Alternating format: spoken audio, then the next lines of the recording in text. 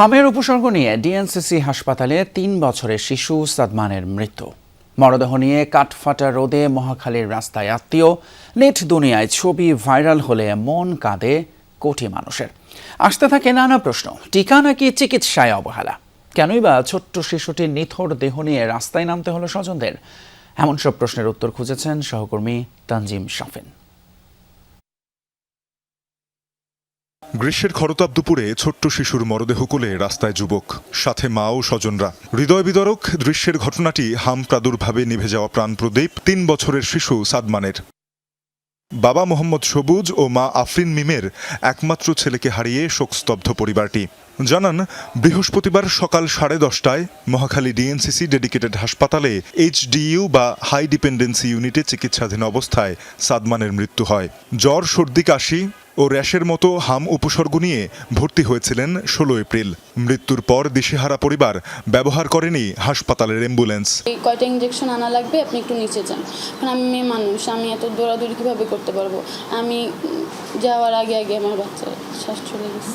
ওর বাবার তো কোনো সেন্সই ছিল না, বলতে পারে না কিছু। আমাদের আস্ক করছে অ্যাম্বুলেন্স লাগবে কি না। তো আমার সাথে আমার এক ভাই ছিল, ও বলছে পরে জানাচ্ছি। পরে আমরা অ্যাম্বুলেন্স আর নিয়ে আমরা তাড়াতাড়ি করে, কারণ আমার বাচ্চার মুখ থেকে পানি বেরোচ্ছিলো, পানি থেকে পুরো শরীর ভরে যাচ্ছিলো, যেন আমরা দেরি করিনি।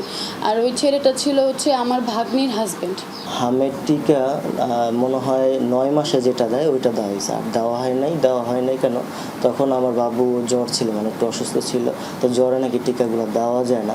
হঠাৎ করে মা বলতেছে আমার ছেলের তো 102 ডিগ্রি জ্বর। তো নর্মালি ফার্মেসি থেকে না পানছে, সিরাপ খাওয়াইতেছে, কোনো কাজ হয় না। সারা রাত আমরা জাগনা, মাথায় পানি দিতেছি, কপালে জলপট্টি দিতেছি। এরপরের দিন আমরা ঢাকা মেডিকেলে যাই। 5 দিনের বেশি চিকিৎসায় ধীরে ধীরে সাদমানের অবস্থার অবনতি হয়। 2 দিন পর তাকে নেওয়া হয় নিবিড় পর্যবেক্ষণে। হাম থেকে নিউমোনিয়া ও রক্তে আরও গভীর সংক্রমণ বা সেপ্টিসেমিয়ার সাথে তখন ছোট্ট দেহের লড়াই। মিজেলস ভাইরাসের সাথে অসহনীয়ভাবে বাড়তে থাকে শরীরের তাপমাত্রা। আমার বাচ্চার জ্বরটা কোনোভাবেই কমতেছিল না, আর ওরাও এইটা নিয়ে কোনো পদক্ষেপ নেয় না যে কী কারণে জ্বরটা কমতেছে না। প্রথম দিন থেকেই, বৃহস্পতিবার থেকেই জ্বর প্রচণ্ড, শুধু একটাই কথা বলে, শরীরটা বারবার পুছান, আর 100 ডিগ্রি হলে প্যারাসিটামল খাওয়ান, 102 গেলে নাপা ডোজ দেন। ওর অবস্থা অনেকই খারাপ ছিল, আমার সাথে নার্সরা ছিল, ওরা তারপর এসে একটু দেখে নেই বাবুটার অবস্থা এত খারাপ, কি হয়েছে ওর, এত জোরে জোরে কাশতেছে, নিঃশ্বাস নিতে পারতেছে না, বারবার অক্সিজেন খুলে ফেলছে। অবস্থার অবনতিতে সোমবারও বেশ কিছু পরীক্ষা নিরীক্ষা দেন চিকিৎসকরা, তবে শেষ চেষ্টাও ব্যর্থ হয়। আমার আম্মুর খুলে আমি ওকে লাস্ট দেখতেও পারিনি ভালো করে। ডিএনসিসি ডেডিকেটেড হাসপাতালের প্রশাসনিক কর্মকর্তা জানান, হাসপাতালটিতে মার্চ থেকে চিকিৎসা নিয়েছে 2000-এর বেশি হাম আক্রান্ত শিশু, যেখানে মৃত্যুহার 0.5%। ওয়ার্ড থেকে এইচডিইউতে সাদমানের নিবিড় পরিচর্যা করেন বিশেষায়িত চিকিৎসকরা। তবে ইমিউন অ্যামনেশিয়া থেকে রোগ প্রতিরোধ ক্ষমতা পুরোপুরি হারিয়ে ফেলে শিশুটি। নিবিড় পরিচর্যা কেন্দ্রে সেখানে শরীরের ছিল, এবং পরবর্তীতে দেখা যায় যে তার নিউমোনিয়াটি আসলে রক্তে সংক্রমিত হয়ে গেছে চিকিৎসা সত্ত্বেও, যেটাকে আমরা সেপ্টিসেমিয়া বলি, যা নাকি একটি মারাত্মক কমপ্লিকেশন। যে হাইয়েস্ট লেভেলের যে অ্যান্টিবায়োটিক মেরোপেনেম আমরা যেটা বলি, ইনজেকশন মেরোপেনেম আমরা শুরু করা হয়েছিল।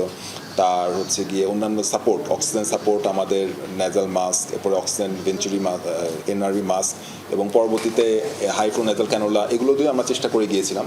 Paediatric critical care specialist sir এবং সবাই আমাদের সাথে চেষ্টা করে গেছি আমরা, কিন্তু সকল চেষ্টা সত্ত্বেও সকালবেলা বাচ্চাটি মৃত্যুবরণ করে আমাদের হাতে। সব চেষ্টা ব্যর্থ করে সাদমানের মতো শত শত শিশুর মৃত্যু মিছিল একটি প্রশ্নই রেখে যায়, এ কি শুধুই নিয়তি, নাকি আরও অমার্জনীয় ভুলে ঝরে যাচ্ছে আমাদের নিষ্পাপ ফুলগুলো? তানজিম শাফিন, যমুনা নিউজ, ঢাকা।